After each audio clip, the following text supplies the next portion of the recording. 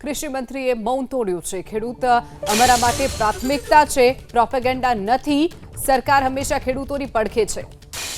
ખાતર, જંતુનાશક દવાઓ એ સપ્રમાણ વાપરવાની વાત કોઈએ નથી કરી, દેશના વડાપ્રધાને કરી છે।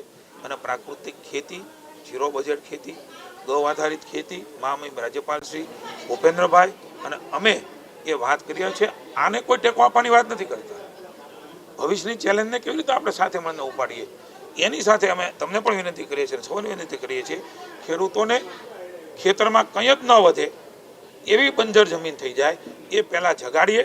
અને આ વર્ષે હજી ખરીફ સિઝન શરૂ થવાની છે, ત્યારે મારા ખેતરમાં 2-5 વીઘા, મારી પાસે 10 હોય તો 2 વીઘા કરું, પરિણામ મળે અને એના તરફ આપણે આગળ વધીએ। હું કોઈ રાજનીતિની વાત કરવા માટે આવ્યો નથી, ખેડૂતોના હિતની વાત કરવા આવ્યા છીએ। મેં કહ્યું અમારે મન એ કોઈ પ્રોપેગેન્ડા નથી, રાજનીતિ ન કરીને ખેડૂતો માટે જે થઈ શકે એ રાજ્યની સરકાર કરી રહી છે, કરશે, એનો સંપૂર્ણ ભરોસો અને વિશ્વાસ છે। મેં કહ્યું હું રાજનીતિની વાત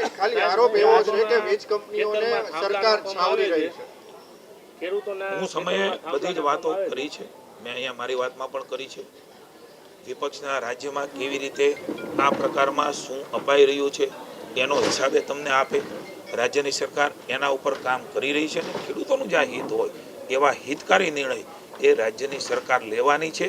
જ્યાં જ્યાં પણ જે સરકારો છે એ સરકારોમાં કોઈ પણ વિપક્ષની સરકાર હોય ત્યાંનું મારે તમને વિનંતી છે કે એ પ્રકારની તુલના એ ચોક્કસ કરીને ખેડૂતો સાથે વાત કરે। હું હજી કહું છું કે રાજનીતિ એ અમારી પ્રાયોરિટી નથી, અમારી પ્રાયોરિટી ખેડૂત છે। એમના માટે જે કરવું ઘટે કરી રહ્યા છીએ, કરીશું, અને એના માટેનું કામ એ ચાલી રહ્યું છે। લાંબા ગાળાની યોજના અને નીતિ એ બનાવવાનું કામ એ રાજ્યની સરકારનું છે, અને અમે કરીશું।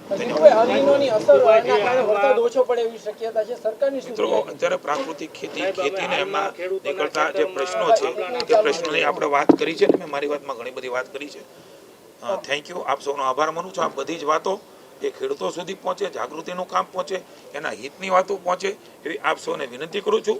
ખેડૂતના આશીર્વાદથી અમે સૌ કામ કરી રહ્યા છીએ। એ ખેડૂતો માટે હંમેશા રાજ્યની સરકારે સંવેદના રાખી છે। હમણાં 25,000 કરોડ એટલે ખરીદી અને પેકેજ આખા ઇતિહાસમાં ક્યારેય કમોસમીમાં ન મળ્યું હોય એ પ્રકારની મદદ ચાહે કોઈ પણ વિપક્ષની સરકારો હોય ત્યાં પણ નથી। હું રાજનીતિની વાત કરવા નથી માંગતો। ખેડૂત એ અમારા માટે પ્રાયોરિટી છે, પ્રોપેગેન્ડા નથી, એજન્ડા નથી। ખેડૂતની ખુશાલી માટે માનનીય મોદી સાહેબના નેતૃત્વમાં અનેકવિધ ખેડૂતોની યોજનાઓ અને સામાન્ય સમાજની, કારણ કે આયુષ્યમાન ભારત કાર્ડ, શુદ્ધ પીવાના પાણી, ગ્રામીણ તંત્રને મજબૂત કરવાનું કામ, વીજળી 24 કલાક આપવાનું કામ, એમને અલગ અલગ પ્રકારે એમના લાભ કેવી રીતે મળે। હું ગણાવવા જાઉં તો ખૂબ બધી યોજનાઓ છે, ભૂતકાળમાં ક્યારેય કોઈ સરકારે નથી આપી। નાની મોટી સમસ્યા આવે ત્યારે રાજ્યની સરકાર એ હંમેશા ખેડૂતોની બાજુમાં પડખે ઊભી રહી છે।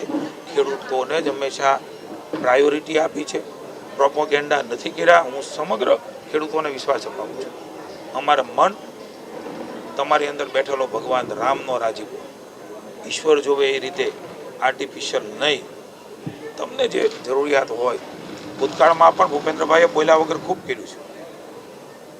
બધી જ વ્યવસ્થાઓ, સરકારી વ્યવસ્થાઓ, સરકારી તંત્ર અને લાંબા ગાળાનું આયોજન એ હંમેશા ભૂપેન્દ્રભાઈનો દૃષ્ટિકોણ રહ્યો છે। ટૂંકા ગાળાના આયોજન, ટૂંકા ગાળાની નીતિઓ અને કોઈની લોભામણી વાતો અને શોર્ટકટ એ ક્યારેય રાજ્યની સરકાર અપનાવતી નથી। અનેક વ્યવસ્થાઓ એ વીજળી મંત્રી માનનીય ઋષિભાઈ કૌશિકભાઈ, મુખ્યમંત્રી સાથે અનેક બેઠકો થઈ છે। મને સ્વયં મુખ્યમંત્રીશ્રી કહ્યું છે ખેડૂતોને ભરોસો આપજો, રાજ્યની સરકાર ખેડૂતોની પડખે છે। એના માટે જે નિર્ણય લેવો પડે એના હિતમાં એ નિર્ણય એ તમામ વ્યવસ્થાઓ આજુબાજુની જોઈને, ખેડૂતોની મુશ્કેલી સમજીને એ નિર્ણય રાજ્યની સરકાર લેશે। ક્યારેય જસ અબજસ, મેં કર્યું, આણે કર્યું, આને જસ જાય છે, આને જસ જાય છે, આ પ્રકારની રાજનીતિ એ ખેડૂતોના નામે ન કરી એ ભારતીય જનતા પાર્ટીનો સિદ્ધાંત રહ્યો છે।